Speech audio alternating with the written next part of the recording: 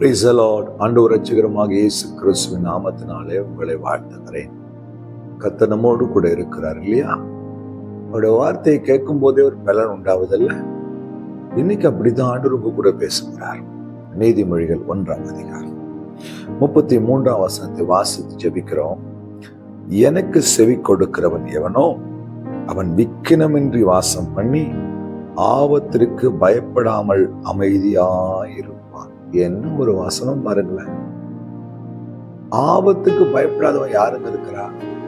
ஒரு சின்ன ஆபத்து வந்தாலே நடுங்கி போய் விடுகிறோம்.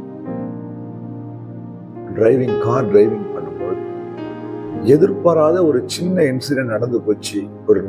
ஒரு மாடோ ஏதோ ஒரு விலங்கோ குறுக்க வந்துடுச்சு. ஒரு சடன் பிரேக் போடுறீங்க, உள்ள ஒரு நடுக்கம் வரும் பாருங்க, கையெல்லாம் உதற ஆரம்பிச்சிடும். ஒரு சின்ன ஆபத்து, ஒரு சின்ன துக்கமான செய்தி, ஒரு பணம் தொலைஞ்சு போயிடுச்சு, ஏதோ ஒரு காரியம், ஒரு சின்ன ஆபத்து வந்த உடனே நடுங்கி போயிடும்.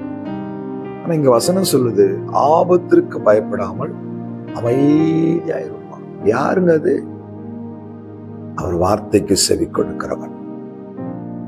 ஆண்டோடைய சத்தத்துக்கு, அவருடைய வார்த்தைக்கு, அவருடைய வசனத்துக்கு நீங்க செவி கொடுத்து வாழும்பொழுது விக்கினமின்றி வாசம் பண்ணுவீங்க. எவ்வளவு அழகான வார்த்தை பாருங்களேன்.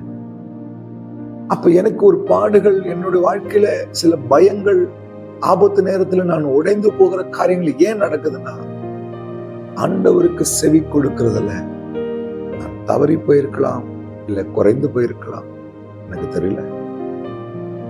நீங்களும் நானும் தான் தீர்மானிக்க வேண்டிய விஷயம். எவ்வளவு அழகான வார்த்தை பாருங்க. எனக்கு செவி கொடுக்கிறவன் எவனோ அவன் விக்கினமின்றி வாசம் செய்வான். ஆபத்து வரும்பொழுது பயப்படாம அமைதியா இருப்பான். தாவீது எழுதுறார், இந்த ஏழை கூப்பிட்டான், கர்த்தர் கேட்டு அவனை எல்லா பயத்துக்கும் நீங்களாக்கி ரட்சித்தார்.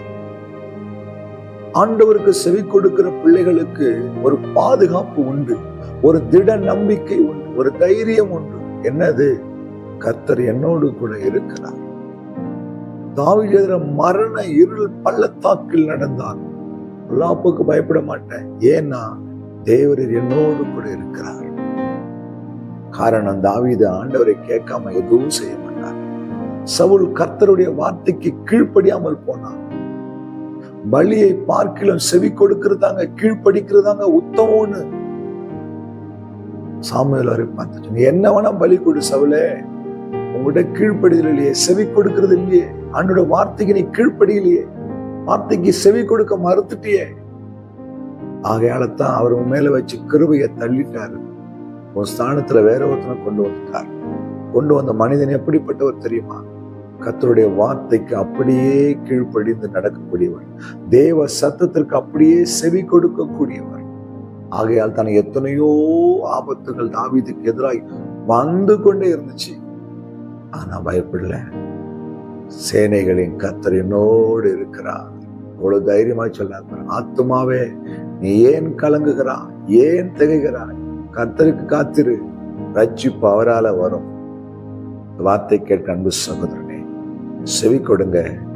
பயமில்லாமல் அமைதியா வாசம் பண்ண அவர் உதவி செய்வார், அவர் நடத்துவார். அவர் வார்த்தைக்கு மீறி எதுவுமே செய்யாதீங்க. அவர் சொல்றதை அப்படியே செய்யுங்க. கர்த்தர் உங்களை ஆசீர்வதிப்பார். வலைய போட சொன்னா போடுங்க.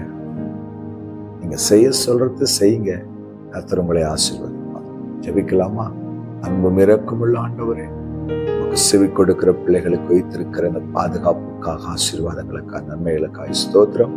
இந்த வார்த்தையை கேட்கிற அனைவரையும் அப்படியே நடத்தும், பாதுகாத்துக் கொள்ளும். இயேசு கிறிஸ்துவின் நாமத்தில் பிதாவே, ஆமென்.